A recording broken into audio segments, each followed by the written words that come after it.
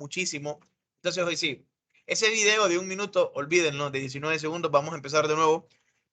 Ayer nos quedamos entonces viendo el encapsulado de los procesadores. Se habló de los diferentes encapsulados que existían. Perdura este encapsulado de aquí, ¿sí? Para componentes, para circuitos pequeños, perdura siempre el DIP. Y el PGA ha quedado desfasado y la mayoría de los procesadores, es que todos, utilizan el LGA. No afirmo completamente que todos, porque no sé si en algún dispositivo sigue utilizando este arreglo. Y acordémonos que no hablamos solo de computadoras, sino de cualquier componente electrónico que tenga capacidades de cómputo. ¿Qué es la arquitectura o a qué nos referimos con arquitectura interna de un procesador? De manera simple, cuando hablamos de arquitectura, estamos hablando, para mí es un arte, ¿sí? Del arte de disponer un conjunto de elementos en un espacio de manera que sean armoniosos, que esta disposición sea armoniosa y que los elementos sean, en esencia, los fundamentales para que funcione lo que estoy bosquejando, ¿no? O sea, hablamos de arquitectura, de una carrera completa. Entonces, miren, yo pongo en un plano todos los elementos en cierto orden, respeta un carácter estético, pero todo lo que aparece en el plano tiene una función de estar ahí. Entonces, si hablamos de arquitectura interna de un procesador, es simple y sencillamente o nos referimos a qué dispone o dónde están colocados, cuáles serán y cómo funcionarán los elementos lógicos dentro de un procesador. La arquitectura de von Neumann sigue vigente en la mayoría de las computadoras y de los elementos con capacidades de cómputo. Y también cada procesador tiene una arquitectura interna. ¿Cuáles son esos componentes? ¿Para qué funcionan esos componentes? ¿Y dónde los voy a colocar? El PC contiene instrucciones que va leyendo, decodificando y ejecutando hasta que termina con las instrucciones. Ya lo he dicho muchas veces. Pero para ello se necesitan 3 elementos básicos. En primer lugar, una unidad de proceso que incluye la unidad aritmético-lógica y una unidad de control, un dispositivo de memoria para almacenar la información temporal o final y periféricos de entrada o salida para comunicarse con el usuario o con otros elementos. De nuevo, estamos respetando los elementos de la arquitectura de von Neumann. Esto que tenemos aquí, ¿sí? Esto que ustedes ven acá, es la arquitectura de von Neumann. Es un diagrama de la representación de la arquitectura de von Neumann. Pero, estamos viéndolo desde el punto de vista no de una computadora, sino que fíjense que estamos hablando de un procesador. Y es que el procesador tiene una unidad aritmético-lógica, una unidad de control, niveles de memoria y tiene sus interfaces de entrada y salida. ¿Ok? Esta es en sí la arquitectura de von Neumann dibujada por David Strigoi, que nosotros vemos que tenemos el procesador, la memoria, las interfaces de entrada y salida y los buses de comunicación entre estos elementos. Y yo les he dicho, esto es recursivo. Adentro del mismo procesador tengo la unidad aritmético-lógica, la unidad de control, diferentes niveles de memoria, los buses de datos y las interfaces hacia las conexiones de entrada y salida hacia la parte externa. Vamos a ver más adelante que con la memoria pasa igual. Va a tener su procesador, sus niveles de memoria dentro de la memoria, etcétera, etcétera, etcétera. Entonces, este esquema, a mí me gustaría que ustedes sí se lo memorizaran. Yo les digo, hay cosas que uno no tiene que memorizar porque están en internet o están en cualquier libro, no los puede consultar, pero los componentes que tiene la arquitectura de von Neumann, yo considero que eso sí se lo tienen que saber. La velocidad en la que se leen los datos y ejecutan instrucciones viene determinada por la frecuencia de funcionamiento. Esos son ciclos por segundo. Cuando ustedes están estudiando unidades, dimensiones, ya sea en física, química o aritmética, ustedes dicen, por ejemplo, 2 centímetros o hablan, por ejemplo, de 180 libras. Le están dando una dimensión a este valor para entender de qué estamos hablando. Hay una dimensión que es 1 sobre segundo. ¿Ok? 1 sobre segundo, o es lo mismo que decir segundos a la -1, o es lo mismo que decir hercio. Eso son ciclos por segundo. Una de las cosas que más se complican en la enseñanza es cuando uno dice por y la gente cree que es multiplicación. Uno, por ejemplo, dice kilómetros por hora. Y si nosotros nos fijamos, lo que tenemos es una división. O sea, en cada hora, ¿cuántos kilómetros se ha recorrido? Cuando hablamos de ciclos por segundo, estamos hablando de la cantidad de ciclos elevada a segundo a la menos 1. Estamos hablando de ciclos por hercios o hertz, ¿ok? Entonces, la frecuencia de funcionamiento son ciclos por segundo. 1 gigahertz son 1000 millones de cambios de estado por segundo. Cambios de estado. En un momento algo era 0 y pasó a ser 1. En un instante era 1 y pasó a ser 0. Era 0 y se mantuvo como 0, o era 1 y se mantuvo como 1. Dependiendo de la velocidad del procesador, esa cantidad de cambios de estado que va a ser en un segundo. Y para eso hay un reloj que coordina todo el sistema. Como cada arquitectura es diferente, dos procesadores funcionando a la misma velocidad no necesariamente podría haber que operan de manera más rápida. Esto está un poquito escabroso la manera en que está redactado. Y es que vean, a lo que me refiero es a esto. Yo puedo tener un Intel de 2.2 gigahercios y puedo tener un AMD de 2.2 gigahercios. Como son compañías diferentes, la arquitectura tiene que ser diferente. Recordemos lo que habíamos hablado con Hugo, con Edward, la vez pasada sobre propiedad intelectual y sobre los diseños.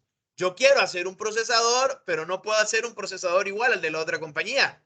Tiene que ser un procesador. Tiene que tener unidad aritmético lógica, tiene que tener unidad de control, tiene que tener niveles de memoria, tiene que tener las comunicaciones y los buses.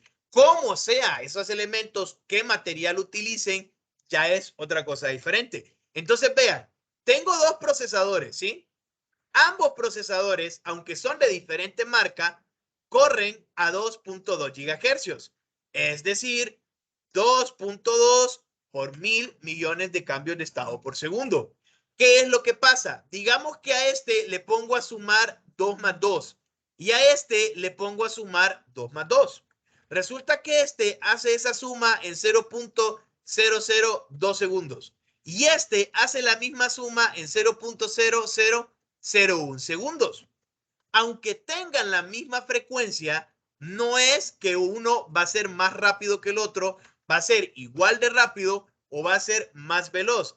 De hecho, en la misma operación, puede que este primero se haya tardado 0.001 segundos, pero luego se haya tardado lo mismo que este, 0.002. Y luego yo vuelvo a correr la misma operación y este se tarda menos o se tarda más. ¿Por qué? Porque el procesador tiene que recoger de memoria las instrucciones, decodificarlas y ejecutarlas. Y dependiendo de la cola de procesos y de cuánto me tarde yo en hacerme con esa instrucción y decodificarla, el poder operarla. Entonces, la misma instrucción ejecutada dos veces me va a arrojar tiempos de respuesta diferentes. Y no nos extrañemos de eso. De verdad, no nos extrañemos de eso. La arquitectura define cómo se interconectan los bloques dentro del procesador, pero también define cómo se comporta el procesador con los demás elementos de la placa base. En resumen, y citando a esta persona, la arquitectura es junto a la tecnología de fabricación lo que define las características y posibles prestaciones de un microprocesador.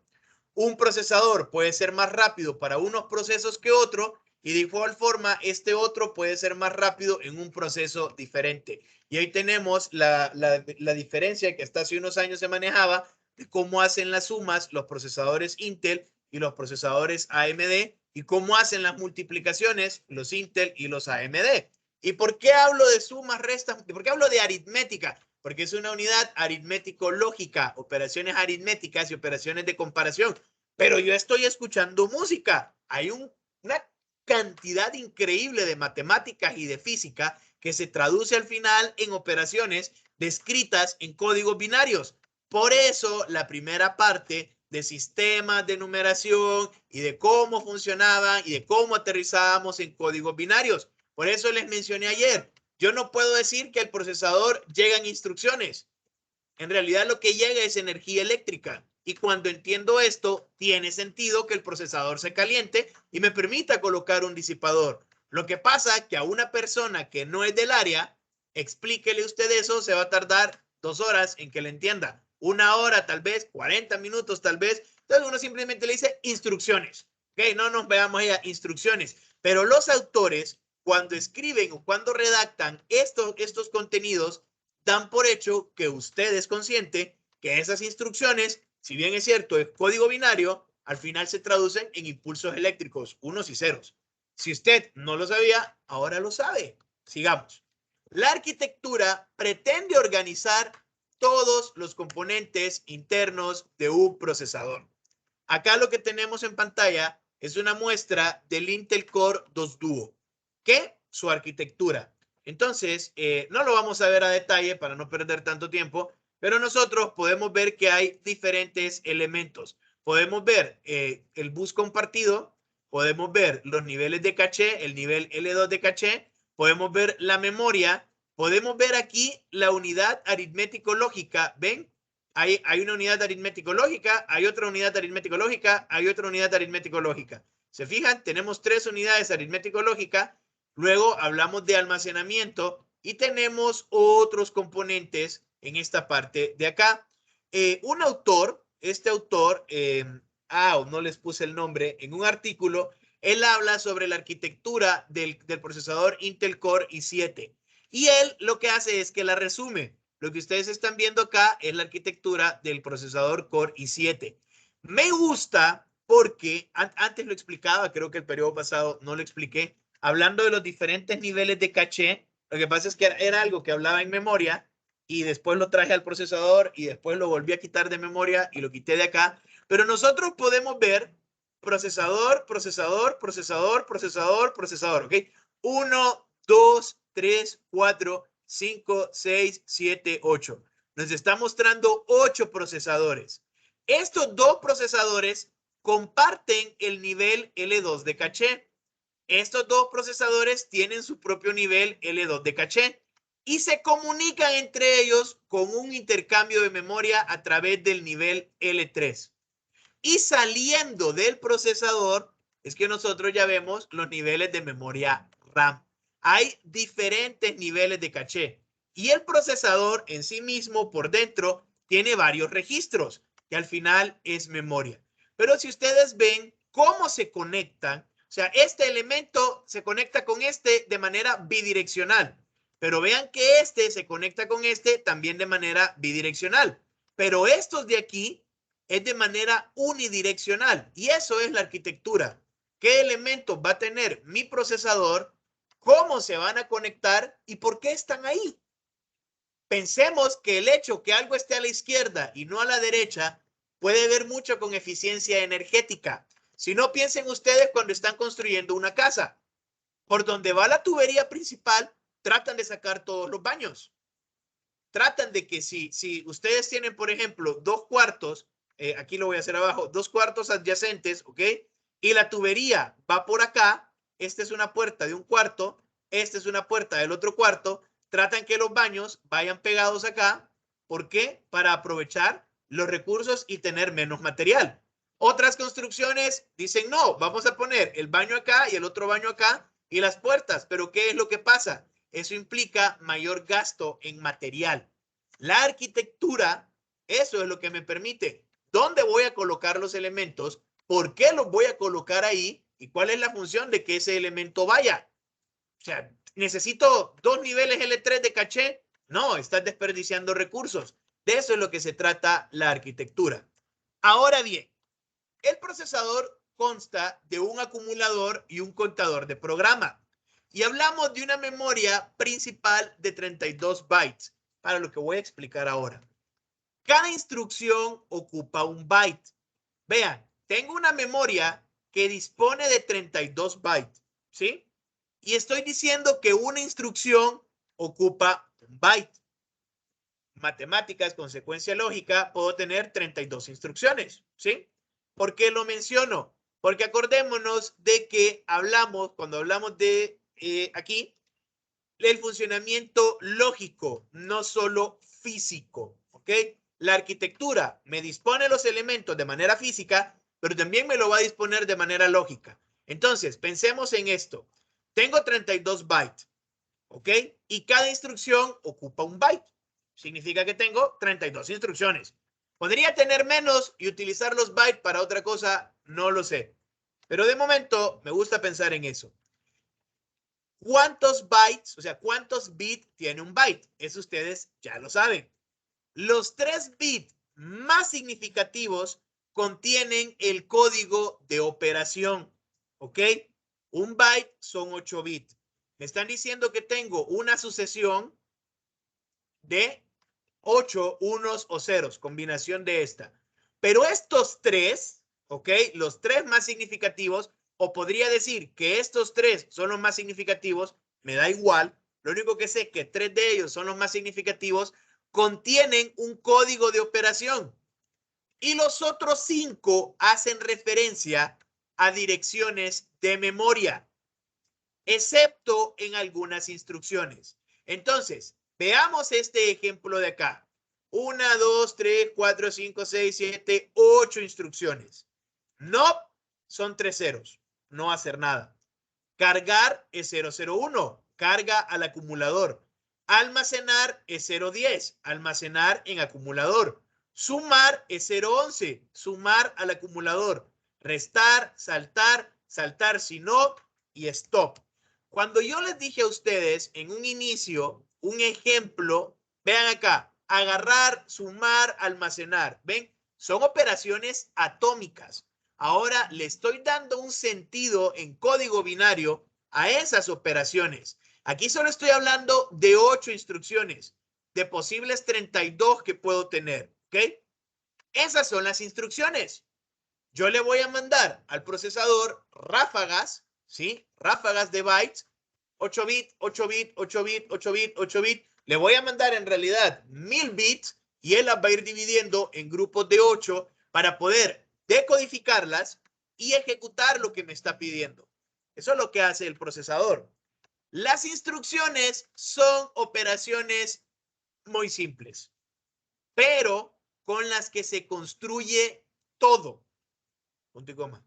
Si nosotros agrupamos estas instrucciones, vamos a obtener un set de instrucciones de arquitectura, un ISA, Instruction Set, bueno, instrucciones de arquitectura.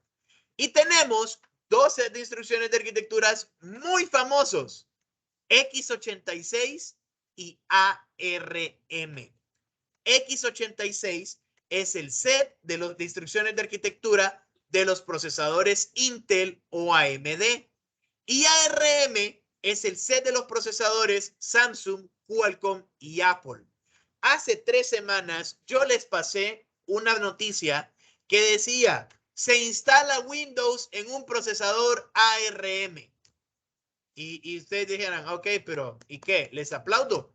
Pues claro, estamos hablando que ahora el sistema operativo se puede instalar en procesadores x86 y en procesadores ARM.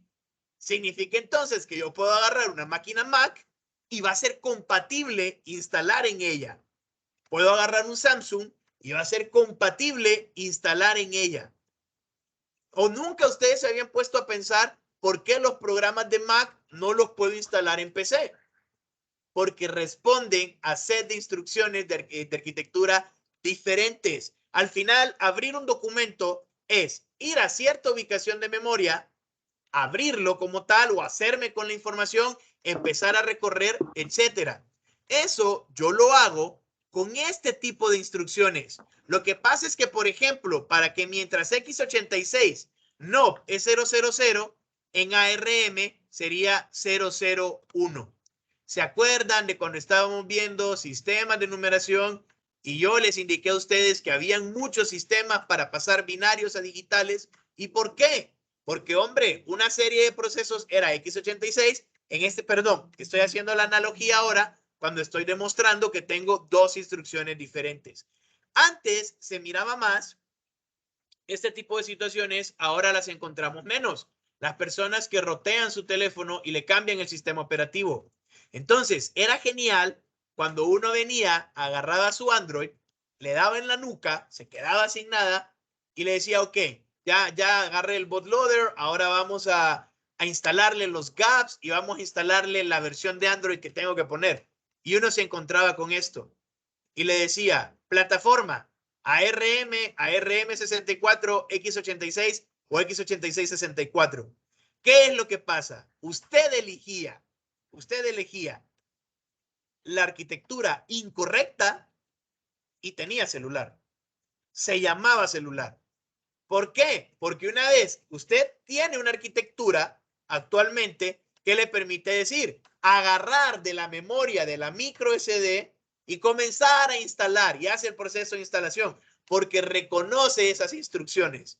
Pero en el momento en que usted le cambiaba el set de instrucciones y no era compatible, adiós, se llamaba celular. Después se corrigió y ya le decía, no, fíjate que no voy a entender eso que me vas a instalar, entonces por favor instálame otro. Pero ¿qué era lo que pasaba? Esto pesaban gigas. Entonces uno decía, ¿cuál voy a descargar? Primero elegía la arquitectura del procesador, procesadores de dispositivos Samsung, ¿ok? ARM, ¿qué utiliza el Motorola? ¿Qué utiliza el Xiaomi? ¿Qué utiliza el Huawei? ¿Qué set de instrucciones usan? ¿Qué set de instrucciones utiliza el iPhone? ¿Qué set de instrucciones son los procesadores de un dron, de un carro Tesla? De las naves de SpaceX. ¿Qué set de instrucciones utilizan? Bien, luego elegía la versión de Android y la variante para saber qué tanto iba a tener ese gap. Un mismo juego de instrucciones del set de instrucciones de arquitectura puede ser ejecutado en diferentes estructuras. Obviamente, es que si yo le digo sumar, todas las computadoras tienen que poder sumar. Si yo le digo comparar cuál número es mayor, todas me tienen que poder comparar cuál número es mayor. Si yo le digo detenerse, yo le digo cargar, tienen que poder hacerlas. ¿Ok? Y dentro del mismo ISA, ojo, ¿qué es lo que pasa con Intel y AMD? Intel y AMD dijeron, ok, nosotros vamos a fabricar procesadores, pero los vamos a hacer con el estándar X86, con el set de instrucciones X86. Vino Apple y dijo, no, nosotros no queremos eso, vamos a utilizar ARM y nos vamos a desligar completamente. Pero ¿qué es lo que pasa? Tengo que hacer que mi suma, soy Intel, tengo que hacer que mi suma funcione como una suma, ¿ok? Tiene que ser una suma. Pero aparte quiero que sea más eficiente que la suma del AMD. Y el AMD viene y dice, ok, mi suma tiene que poder sumar, pero quiero que sea más eficiente que las de Intel. Entonces, estas primitivas son iguales para ambas compañías. Este código es igual para ambas compañías en este set de instrucciones, pero la arquitectura del procesador, cuáles son los elementos que lleva, cómo los conecta y cómo funciona, va a ser diferente. Intel y AMD compiten en la fabricación de procesadores con el ISA X86 y tengo entendido, me corrigen si me equivoco, que ahora Intel también está fabricando ARM. Un ISA, un set de instrucciones de arquitectura, está formado por diversos componentes, entre los que podemos mencionar los tipos de datos que maneja un procesador, los registros, los tamaños de esos registros, los buffers e incluso los errores que puede manejar. Y un componente fundamental son todas las instrucciones que admite, ¿ok? Es común que la gente cuando estudia este tipo de libros o este tipo de contenido, las agrupe en operaciones de memoria, operaciones aritméticas u operaciones directamente sobre el CPU. Depende del fabricante la complejidad de las instrucciones, ¿ok? A mediados de los 50 nace CISC con la finalidad de homogeneizar las diferentes computadoras de la época. Entonces, esta gente, CISC, lo que hizo fue que dijo, ok, hay muchas máquinas, están saliendo muchos procesadores, pero tenemos problemas. Porque entonces mi programa, si lo hago con una arquitectura, no lo puedo instalar en otra máquina que no tenga mi misma arquitectura. Entonces, pongámonos claros y utilicemos todos las mismas instrucciones. Por lo menos, llamémoslas igual.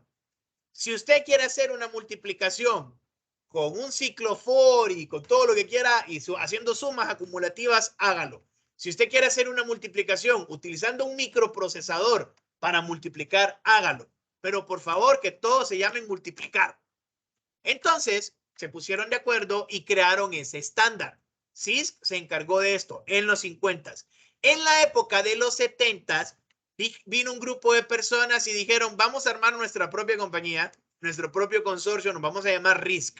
Y lo que vamos a hacer es que vamos a mejorar o hacer más eficiente esto que ya tenemos estandarizado. ¿Cómo lo vamos a hacer? Pues vamos a dividir las operaciones en operaciones más simples todavía, ¿sí? O sea, por ejemplo, en vez de decir abrir y que el comando sea abrir y tenga toda la línea de programación de abrir, yo voy a decir que abrir no existe, sino que voy a tener buscar en memoria, recuperar de memoria, almacenar bytes, codificar bytes, mostrar bytes. Entonces dividí abrir en varios procesos más pequeños. Eso es lo que buscaba RISC. Al final, el rendimiento era mejor porque eran instrucciones más pequeñas, pero los programas eran más largos y más difíciles de desarrollar. x86 es CISC y ARM es RISC. ARM se caracteriza por eficiencia energética y x86 por mayor rendimiento. ¿Por qué por eficiencia energética? Porque como son operaciones más simples, consumen menos energía eléctrica, pero los programas son más largos. Entonces el rendimiento de x86 es mayor. Vean ustedes un montón y un sinnúmero de artículos que comparan correr programas de diseño gráfico en una computadora Mac y en una PC. Se van a dar cuenta que al final el PC era más eficiente. O renderizar video desde Microsoft Windows, no la versión 10 y no la versión 11, con Linux. Renderizar un video es más rápido en Linux, mucho más eficiente. No he probado Windows 11, entonces, por lo menos mi experiencia hasta Windows 10, siempre me he tardado menos renderizando en Linux que renderizando en Windows. Estas son algunas arquitecturas que ha pasado por Intel. Entonces, cuando ustedes ven las noticias, mostramos el nuevo Ice Lake, que no sé qué, está hablando de la arquitectura. Está hablando de la arquitectura. Esas son otras arquitecturas de AMD que han venido saliendo por los años. Obviamente, cada vez que hay una mejora, le ponen un nombre para poder diferenciarlo, para poder sacar los artículos, promoverlo y demás.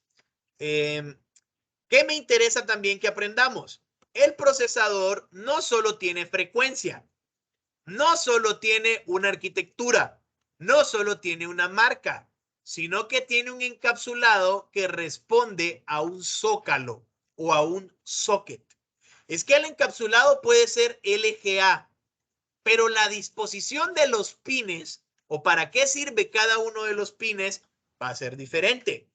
Entonces, esos zócalos, esos sockets, son parte fundamental del procesador, porque me dice que mi tarjeta madre tiene que ser compatible con esa disposición de elementos. Entonces, veamos, por ejemplo, acá, esta es una captura de hace 3 años, creo, si mal no recuerdo, un procesador AMD Ryzen Threadripper 1950 de 16 core y 32 hilos, ¿ok?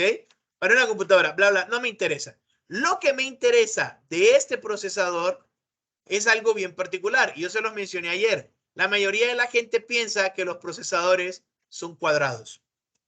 Este procesador en particular es un rectángulo.